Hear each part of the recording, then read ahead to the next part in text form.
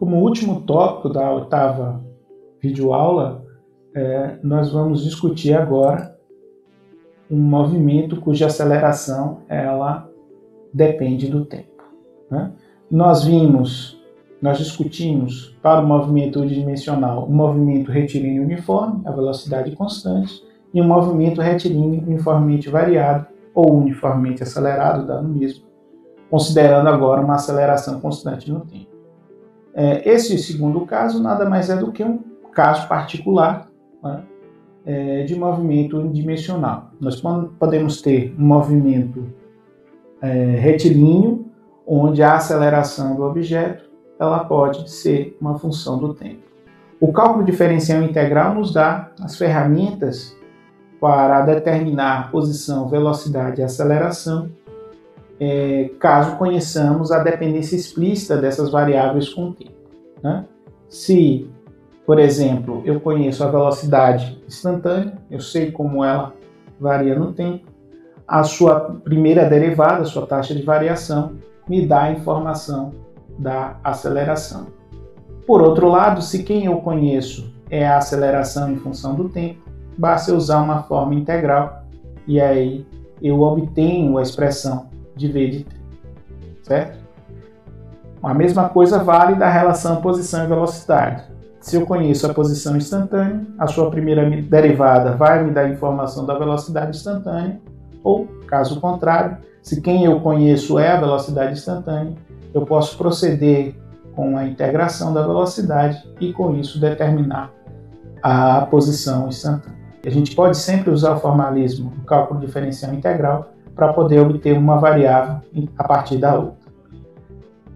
Nesse caso específico, eu estou admitindo que eu conheço explicitamente a dependência, tanto nessa equação da aceleração com o tempo, ou nessa equação aqui da velocidade instantânea com o tempo.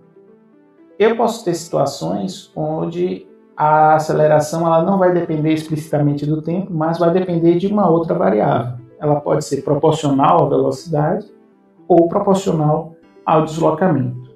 Nessas circunstâncias, os métodos para obter as informações sobre velocidade e posição, elas vão mudar. A gente não vai fazer essas integrais explicitamente, a gente vai resolver as chamadas equações diferenciais ordinárias.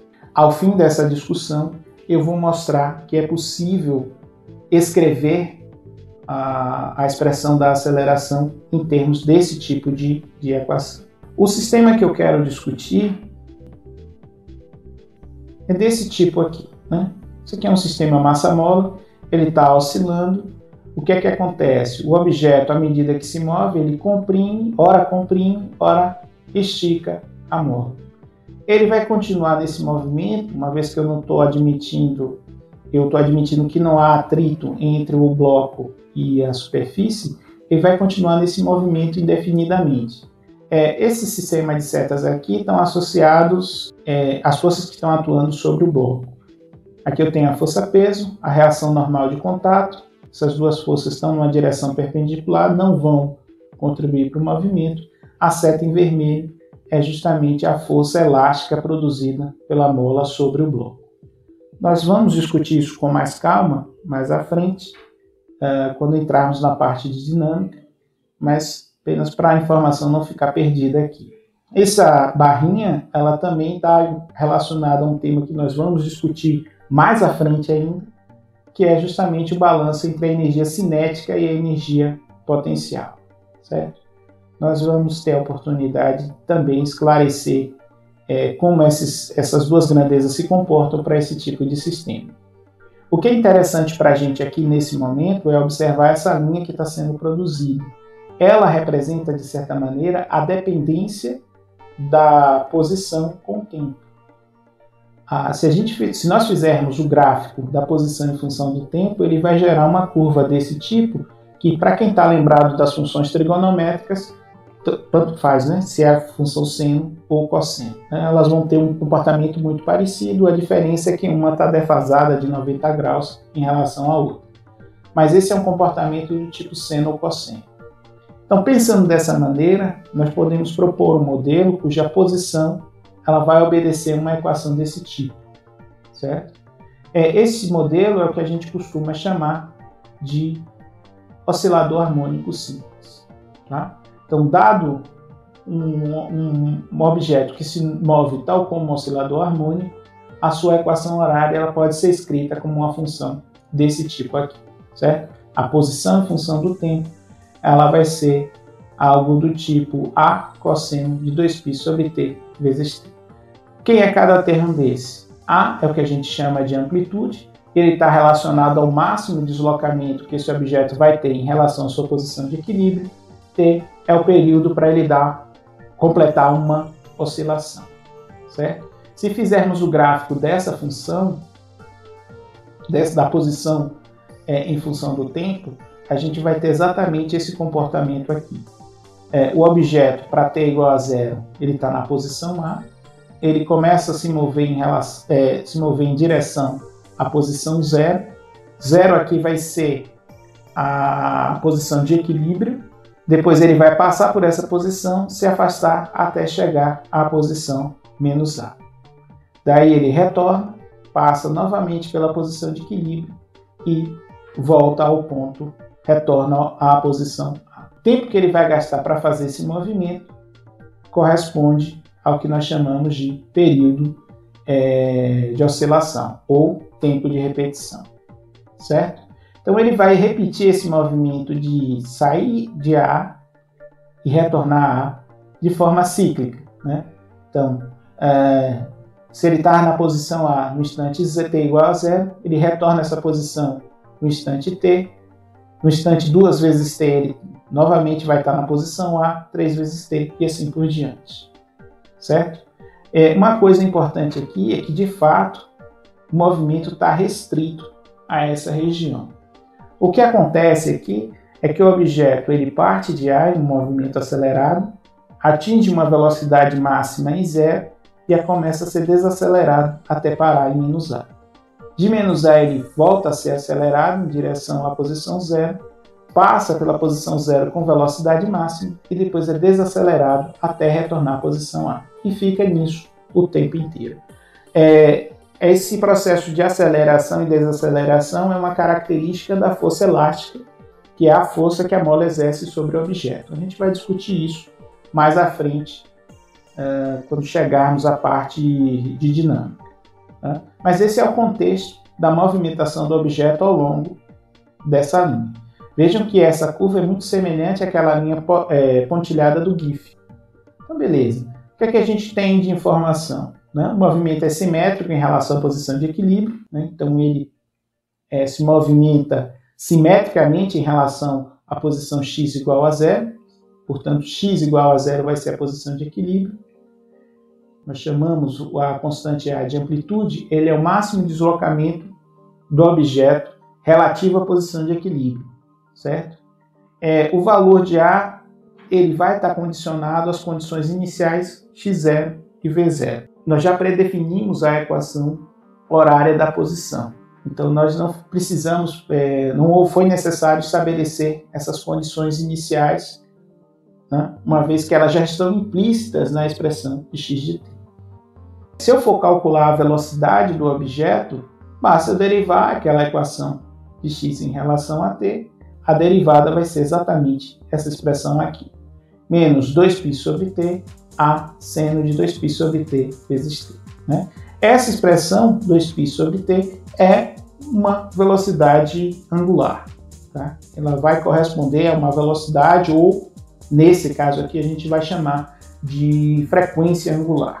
Certo? É o equivalente ao ômega que nós deduzimos para o movimento circular. A velocidade é máxima quando o corpo passa pela posição de equilíbrio.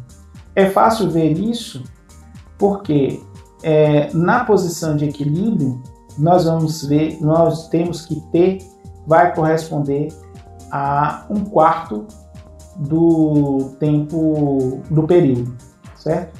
Então, se eu pego aqui 1/4 do período e multiplico por essa expressão, eu vou ter que o ângulo aqui vai ser π sobre 2. Portanto, seno de π sobre 2 vai dar 1, e isso vai dar a máxima velocidade o máximo valor que a velocidade vai possuir. Né? Um quarto do período passando pela primeira vez pela posição de equilíbrio. Quando ela passa pela segunda vez, vai ser igual a 3 quartos. Né? 3 quartos vai dar 3π sobre 2. Novamente, eu vou ter um valor, nesse caso vai ser menos 1, mas novamente em módulo eu vou ter o máximo valor da velocidade quando o objeto passa pela posição de equilíbrio. Certo? Agora, quando o objeto está nas posições x igual a A ou x igual a menos A, a velocidade vai ser 0.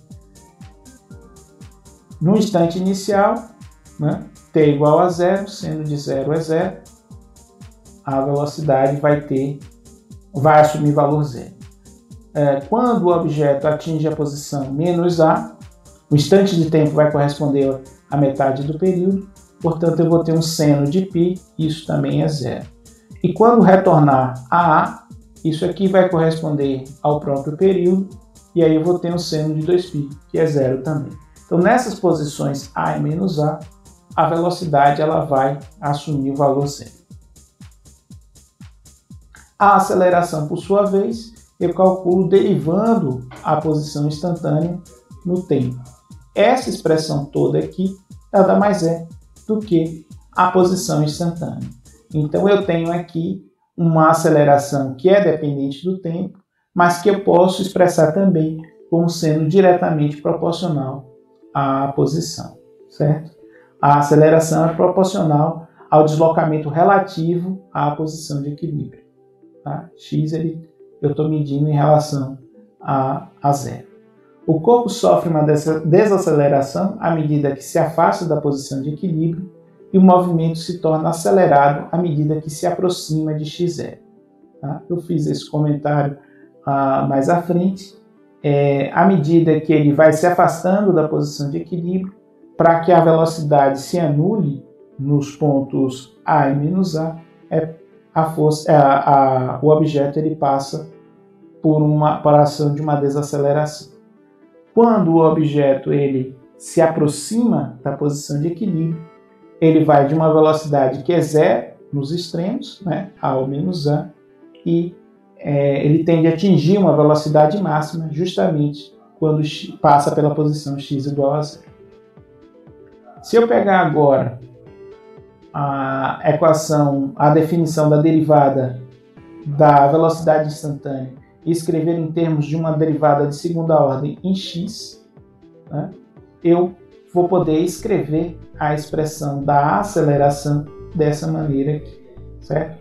X dois pontos mais ômega quadrado x igual a 0. Isso define uma equação diferencial ordinária. Isso significa o quê? Se eu não conheço previamente x, e foi a partir daí que nós começamos a discussão desse tópico, se eu não conheço previamente a dependência de x com o tempo, eu posso tentar resolver essa equação, e existem métodos específicos para resolver esse tipo de equação, e com isso determinar a equação horária da posição. Tá? Então é isso. Era isso que eu tinha para discutir na 8ª aula, e a partir do próximo vídeo a gente começa a discussão sobre dinâmica, né? Mas até o próximo vídeo.